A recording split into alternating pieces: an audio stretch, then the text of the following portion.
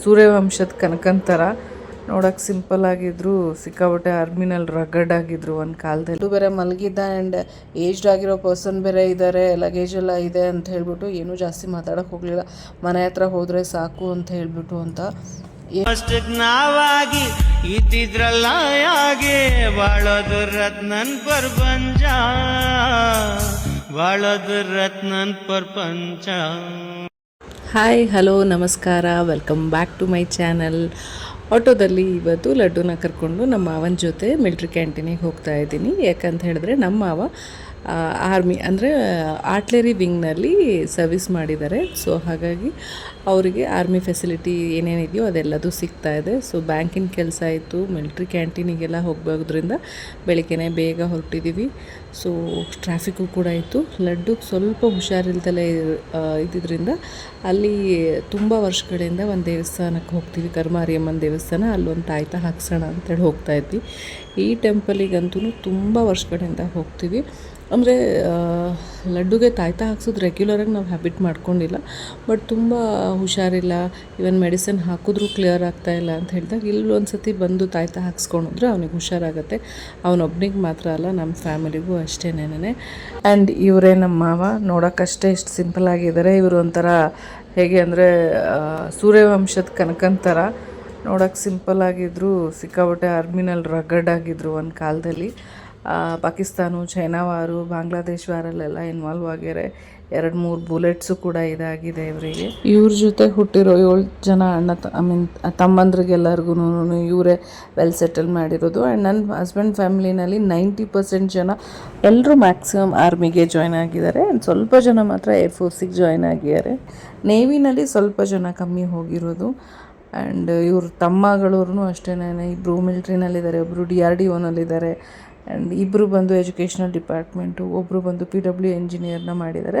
And ಒಬ್ಬರು ತಮ್ಮ ಮಾತ್ರ ರೈತರಾಗಿದ್ದಾರೆ. ಬಿಕಾಸ್ ಎಲ್ಲರೂ ಏನು ಕೆಲಸಕ್ಕೆ ಹೋಗ್ಬಿಟ್ರೆ ತೋಟ ಮತ್ತು ಮನೆ ಕಡೆ ನೋಡೋರು ಯಾರೂ ಇರಲಿಲ್ಲ ಅಂದ್ಬಿಟ್ಟು ಅವ್ರು ಮಾತ್ರ ಇದಾಗಿದ್ದಾರೆ. ಆ್ಯಂಡ್ ಆ ಕೃತಜ್ಞತೆ ಅವ್ರಿಗೆ ಎಲ್ರಿಗೂ ಇದೆ. ಅಂದರೆ ಅಣ್ಣ ನಂಗೆ ಓದಿಸಿದ್ದಾರೆ, ಅಣ್ಣನ ಫ್ಯಾಮ್ಲಿ, ಅಣ್ಣ ಅತ್ತಿಗೆ ಅಂತ ಹೇಳ್ಬಿಟ್ಟು ಆ ಸಿಕ್ಕಾಪಟ್ಟೆ ರೆಸ್ಪೆಕ್ಟ್ನ ಇಟ್ಕೊಂಡಿದ್ದಾರೆ.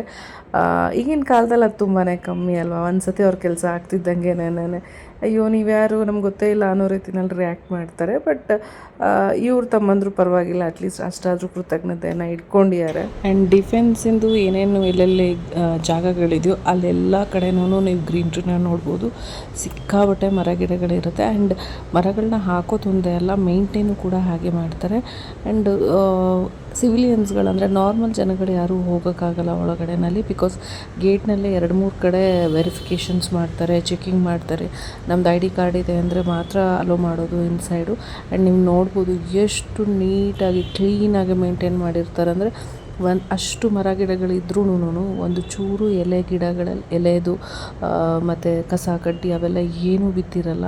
ಆ್ಯಂಡ್ ಸಿಕ್ಕಾಪಟ್ಟೆನೇ ನೀಟಾಗಿರುತ್ತೆ. ಆ್ಯಂಡ್ ನಮ್ಮ ಮಾವಂಗೆ 85+ ಇಯರ್ಸ್ ಆಗಿದ್ರೂ ಮನೆಯಲ್ಲಿ ವಯಸ್ಸಾಗಿರೋರ ಥರ ಇರ್ತಾರೆ. ಬಟ್ ಒನ್ಸ್ ಈ ಡಿಫೆನ್ಸ್ ಏರಿಯಾ ಒಳಗಡೆ ಕಾಲಿಟ್ಟಿದ ತಕ್ಷಣವೇ ಅವ್ರದ್ದು ಬ್ಯಾಟ್ರಿನೇ ಫುಲ್ ಚಾರ್ಜ್ ಆಗಿ ಹೋಗ್ಬಿಡುತ್ತೆ. ಫುಲ್ಲು ಎನರ್ಜಿಯಿಂದ ಓಡಾಡೋದು, ಹಳೆಯ ಕಾಲದ್ದು ಮತ್ತು ಇದು ಎಲ್ಲ ಬಂದ್ಬಿಡುತ್ತೆ ಅವ್ರಿಗೆ. ಅದನ್ನು ನೋಡೋಕ್ಕೆ ಒಂಥರ ಚೆನ್ನಾಗಿ ಅನಿಸುತ್ತೆ. ಆ್ಯಂಡ್ ನಾವು ಈ ಮಂತಿಂದು ಲಿಕ್ಕರ್ಸ್ ತೊಗೋಬೇಕಾಗಿತ್ತು, ಅದಕ್ಕಾಗಿ ನಾನು ಬಂದಿದ್ದೀನಿ. ಸಿಕ್ಕಾಬಟ್ಟೆ ಕ್ರೌಡ್ ಇತ್ತು. ಆ್ಯಂಡ್ ಫಸ್ಟ್ ವೀಕೆ ನಾವು ಹೋಗಿದ್ದರಿಂದ ಎಲ್ಲ ಸ್ಟಾಕ್ಸು ಇತ್ತು. ಆ್ಯಕ್ಚುಲಿ ಲೇಡೀಸ್ಗಳು ಗ್ರಾಸರಿ ತೊಗೊಳ್ತಾರೋ ಇಲ್ಲೋ ಗೊತ್ತಿಲ್ಲ, ಇಲ್ಲಂತೂ ಈ ಗಂಡಸರುಗಳು ಸಿಕ್ಕಾಬಟ್ಟೆ ಬಾಟಲ್ಸ್ಗಳನ್ನ ಇದು ಮಾಡ್ತಿದ್ರು.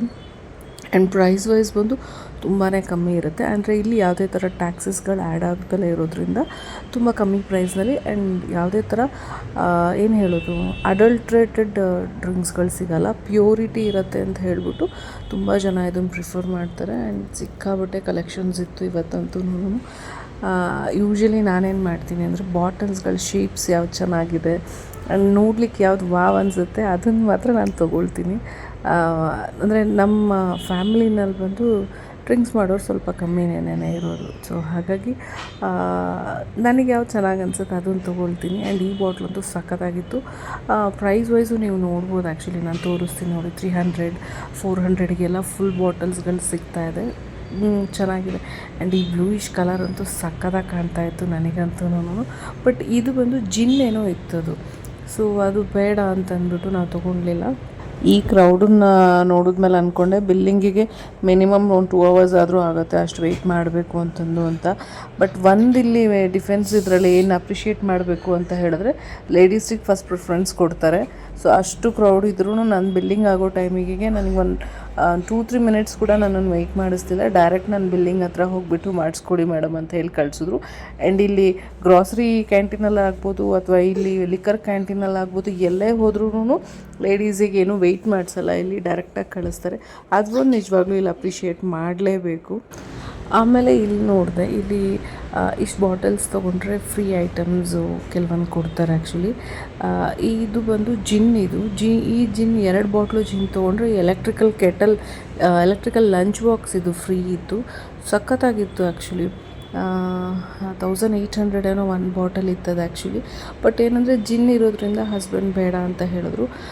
ಬೇರೆದು ಯಾವುದಾದ್ರೂ ನೋಡಿದೆ ಅಂದ್ಕೊಂಡೆ, ಬಟ್ ಅದು ಅಷ್ಟು ಯೂಸ್ ಆಗಲ್ಲ, ಬೇಡ ನಮಗೆ ಅಂದರು. ಆ್ಯಂಡ್ ಈ ಟ್ರಾಲಿ ಆಗಿರ್ಬೋದು ಅಥವಾ ಬ್ಯಾಗ್ಸ್ಗಳು ಎಲ್ಲದೂ ಅಲ್ಲಿ ಕೆಲವೊಂದು ಫ್ರೀ ಐಟಮ್ಸ್ಗಳನ್ನ ಕೊಡ್ತಾರೆ. ಅಂದರೆ ಇಷ್ಟು ಪರ್ಟಿಕ್ಯುಲರ್ ಬಾಟಲ್ಸ್ನ ತೊಗೊಂಡಾಗ ಅದಕ್ಕೆ ಏನಿರುತ್ತೋ ಅದನ್ನು ಕೊಡ್ತಾರೆ. ಆ್ಯಂಡ್ ಬಿಯರ್ಸ್ಗಳು, ಬ್ರೀಸರ್ಸು, ಓಡ್ಕಾ, ಸಿಕ್ಕಾಪಟ್ಟೆನೇ ವೆರೈಟೀಸ್ ಇತ್ತು. ಆ್ಯಂಡ್ ನನಗೆ ಮೇಯ್ನಾಗಿ ಕಾಣಿಸಿದ್ದು ಇದಂತೂ ಸಖತ್ತಾಗಿತ್ತು. ಇದು ಓಲ್ಡ್ ಮಂಕು, ಅದು ಫೇಸ್ ಇದರಲ್ಲಿ ಬಾಟಲ್ ಅಂತೂ ಸಖತ್ ಕ್ಲಾಸಿಯಾಗಿತ್ತು ಮಾತ್ರ. ಈ ಬಾಟ್ಲಿಗೋಸ್ಕರನೇ ನಾನು 2 ಬಾಟಲ್ಸ್ ತೊಗೊಂಡೆ. 300 rupees ಅಷ್ಟೇನೇ. ಅದು ಚೆನ್ನಾಗಿ ಅನ್ನಿಸ್ತು.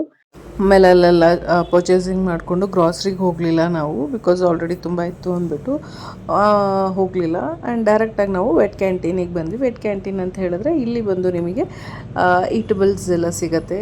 ಕೇಕು, ಸ್ವೀಟ್ಸು, ಸಮೋಸ, ಏನೇನು ವೆರೈಟೀಸ್ ಇದೆಯೋ ಎಲ್ಲದೂ ಸಿಗುತ್ತೆ. ಆ್ಯಂಡ್ ಪ್ರೈಸ್ ವೈಸ್ ಕೂಡ ಇಲ್ಲಿ ತುಂಬಾ ಕಮ್ಮಿನಲ್ಲಿರುತ್ತೆ.